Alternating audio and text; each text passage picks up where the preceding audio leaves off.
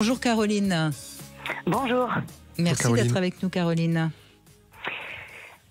Oui, alors moi j'appelais pour témoigner du fait que à 40 ans un peu passé, c'est vrai que je me suis toujours mieux sentie en couple, et d'ailleurs j'ai été très peu célibataire.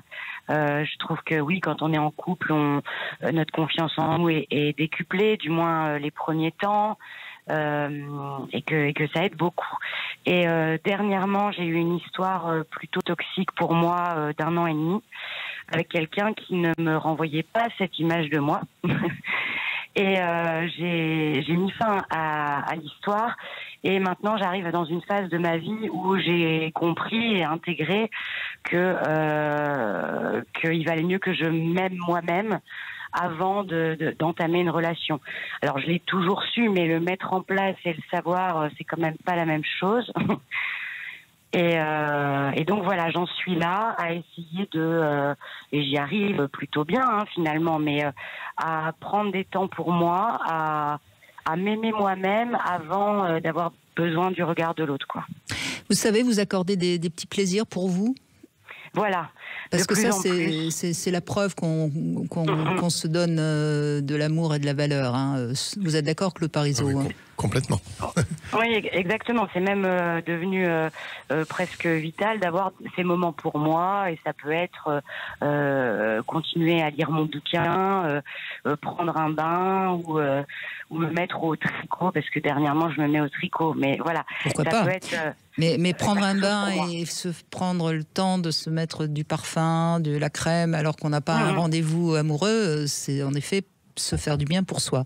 Alors que ne se laver que parce qu'on va sortir et voir du monde, c'est déjà très inquiétant.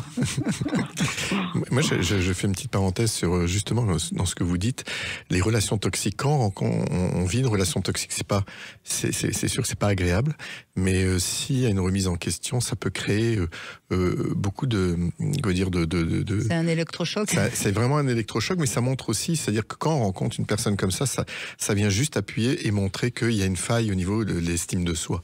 C'est-à-dire que si on tombe une personne comme ça qui vient, elle ne peut exister. Je veux dire, dans la relation, on est à deux et elle vient vraiment appuyer sur les failles. Et c'est une invitation juste à apprendre à s'aimer pour justement ne pas laisser rentrer ces personnes-là. Oui, ce que vous dites, c'est important. Je crois que quand une personne toxique, qu'est-ce qu'elle fait? Elle rencontre, alors c'est toujours des belles personnes, les personnes toxiques, elles vont vers les belles personnes, donc ça veut dire que vous êtes quand même une belle personne, Caroline, surtout ne vous méprenez pas sur ce qu'on dit. Mais en revanche, comment elles réussissent à vous séduire, c'est en appuyant sur vos failles. C'est en ce sens que vous avez raison, Claude Parizeau. Oui, c'est exactement ce que je voulais dire. C'est vrai que ça m'a fait un électrochoc, exactement. C'est-à-dire que je comprenais pas pourquoi d'un coup mon estime de moi, alors qu'il devait peut-être être défaillante au départ, mais baissait comme ça.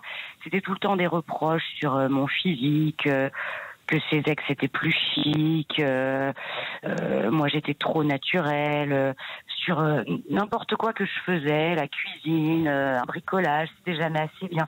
Il y a eu ça m'a fait un électrochoc à un moment donné. Je me suis dit, je peux pas rester comme ça. Maintenant, il faut vous respecter, bien sûr, bien sûr. Mais c'est une invitation à se respecter, tout à fait. Mais quand on tombe dans ce genre d'histoire, c'est qu'on a besoin d'être aimé plus qu'on ne l'imaginait. Et donc, comme on est flatté dans nos failles, justement, donc on tombe dans le panneau, bien sûr. Bien sûr. Mais enfin, vous en êtes sorti assez vite, il me semble. Oui, 1 an et demi. Là, maintenant que j'en suis sortie, je me dis que c'était quand même long. Mais ça va, oui, j'ai pas tenu 10 ans, oui. Oui, 1 an et demi, c'est pas rien non plus, mais vous en êtes sorti avant de vous marier ou d'avoir un enfant avec, ou d'acheter ensemble oui, exactement, oui. C'est important de voir aussi les bons côtés, la capacité à mettre des limites. C'est ça que ça vient nous chercher, c'est-à-dire des limites à ce qu'on veut vivre, pas vivre. Et l'estime de soi, c'est ça aussi, c'est tu me parles pas comme ça, ou tu... Et je me sens pas aimé, je me sens vraiment même Mais il y avait des engueulades en fait où je disais voilà, ne me parle pas comme ça, etc. Mais je restais. Et en fait, je crois que avec un peu de recul, j'avais peur de me retrouver toute seule justement. J'avais peur d'être seule, quoi. Et mais finalement, on est mieux seul que mal accompagné, hein, comme dit l'adage. Ouais. Et merci de dire ça, parce que c'est vraiment ça. C'est souvent quand on reste dans une relation qui n'est pas bonne pour nous, souvent c'est parce qu'il y a des peurs. On a par exemple peur d'être seul. Et ça, c'est important de le repérer, parce que ça permet, c'est ça qui va permettre de changer, de grandir. Je me dis que si je l'avais rencontré plus jeune, j'aurais pas pu m'en sortir en fait.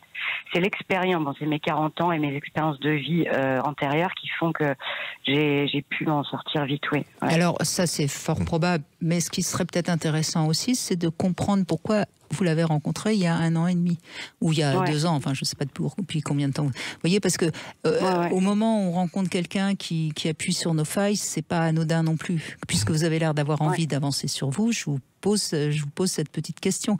Qu'est-ce qui dans votre vie à ce moment-là fait que vous étiez peut-être un peu plus fragilisé? Oui, c'est vrai. Je pense que j'étais très seule à ce moment-là et en plein changement de vie. Ouais. Oui. J'avais besoin, j'ai vu ça comme une bouée de sauvetage, quoi. Ça y est, quelqu'un m'aime à nouveau. Et puis en plus, c'était très étincelant au départ. Hein. Oui, bien sûr. Non, mais ça, on lui fait confiance. Il a su trouver comment vous séduire. Mais vous étiez dans un moment un petit peu délicat de votre vie. Et c'est vrai, quand on est dans des changements de lieu, de profession, on est toujours un tout petit peu plus fragile, hein, parce qu'il faut lâcher nos vieux repères et trouver les nouveaux. Et c'est vrai que c'est parfois des périodes où on peut tomber dans les griffes de quelqu'un, oui. Ouais. Donc c'est bien. Alors ce qui peut vous aider aussi, c'est comprendre où étaient vos peurs, vos insécurités dans ce changement, à ce moment-là, vous voyez. Et donc c'est là où vous allez découvrir votre vulnérabilité et pouvoir un petit peu travailler dessus et renforcer, parce que encore une fois, il faut moi je crois pas qu'on change. Je crois juste que on se découvre un peu mieux et on arrive à comment dirais-je, à éviter de se mettre en danger, quoi. Ouais. Et puis je pense que vous l'avez bien défini, et en tout cas trouver la faille, c'est-à-dire que la peur de rester seul fait qu'on va rencontrer une personne pas au bon endroit, quoi. C'est-à-dire pas à l'endroit de l'amour, mais juste pour combler des manques. Et quand les choses sont pas justes, on va dire pas alignées, on va dire, c'est là qu'on peut rencontrer des personnes qui sont pas bonnes pour nous. Mais ce que j'entends aussi, c'est que vous avez réussi à sortir de cette relation, et c'est ça à retenir, parce que ça donne vraiment de l'estime de soi, justement, d'être capable de sortir de là, de dire stop. Ouais. Oui, vous êtes respecté, donc vous n'êtes pas... enfin, je veux dire... Et puis moi, je pense que là, vous n'êtes pas prête de retomber dans ce genre de relation. Hein. Je pense que vous avez... Oui, je pense que ça m'a fait une bonne leçon. J'avais peur aussi, je pense, de sa réaction quand j'allais le quitter. J'avais peur de devoir justifier ou de sa réaction, en fait. Enfin, et là, ça a été un soulagement énorme, parce que ce garçon était tellement... centré sur lui-même, avec un ego tellement surdimensionné que pendant 1 heure, il m'a déblatéré des méchancetés sur moi. En fait, je suis instable, tu sais pas ce que tu veux, de toute façon, voilà. Et donc, ça m'a aidé à partir, et d'ailleurs, il a pas essayé du tout de revenir. Vous avez quand même eu la chance de pas tomber, vous n'étiez quand même pas tombé sur quelqu'un de pervers. Non, voilà, c'était pas du tout un pervers narcissique. Enfin, c'est un peu galvaudé. Maintenant, on dit tout ce qui. C'était juste toxique pour moi. C'est quelqu'un qui me comprenait pas, quoi, vraiment. Mais c'était pas forcément quelqu'un de trop dangereux, parce que sinon il vous aurait pas lâché comme ça. Hein. Et puis ça arrive souvent, ce que vous dites là. Moi, je retiens, et là c'est un appel même à le nombre de femmes qui ont peur de quitter un homme parce qu'elles ont peur de la réaction de l'autre, de la violence notamment, ou de la réaction, et très souvent elles peuvent rester dans des situations qui sont même dangereuses à cause de ça, et là j'invite vraiment à s'entourer et à vraiment en parler. C'est comme pour tout, que ce soit les abus, c'est toujours mettre des mots.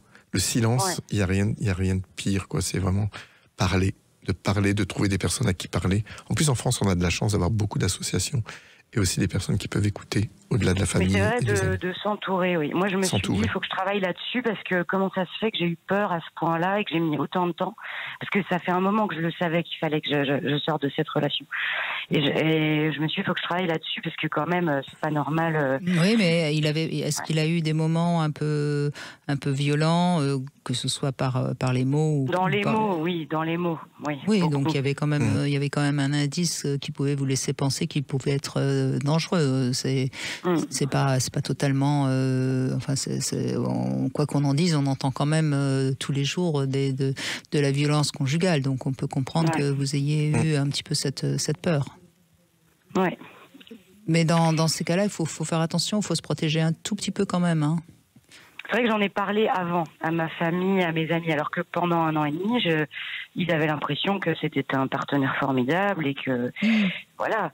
Et avant de le quitter vraiment, c'est vrai que j'ai commencé à en parler pour me sentir entourée. Oui, je pense que c'est ce qu'il faut faire, c'est sûr. Oui, il faut faire. Il faut quand même. Enfin, je veux dire, une rupture peut provoquer beaucoup de violence et on ne sait jamais jusqu'où ça peut aller. Donc c'est quand même. Vous aviez pas complètement tort d'avoir peur. Hein, oui, puis il y a des situations aussi. Vous, a priori, c'était pas le cas, mais où la personne toxique va isoler la partenaire, c'est-à-dire qu'il y en a qui vont jusqu'à isoler et c'est là que ça devient dangereux parce qu'on a l'impression que le partenaire nous a vraiment isolés, mis dans un cocon et là c'est encore plus difficile de parler. Et c'est pour ça que moi j'invite toujours à parler, à mettre des mots. Ça c'est vraiment le maître mot à trouver des personnes vraiment pour pas rester seul parce que ces gens-là, ils sont frères qui peuvent être violents, mais sont aussi des gens faibles, qui ont des failles eux-mêmes aussi, et que s'ils sentent qu'en face c'est solide, en tout cas qu'il y a des personnes, ils vont plutôt faire profil bas. Souvent ils sont forts parce qu'ils se sentent seuls et parce que la personne est seule en face. Oui, ils ont affaibli justement la personne. Merci Caroline en tout cas.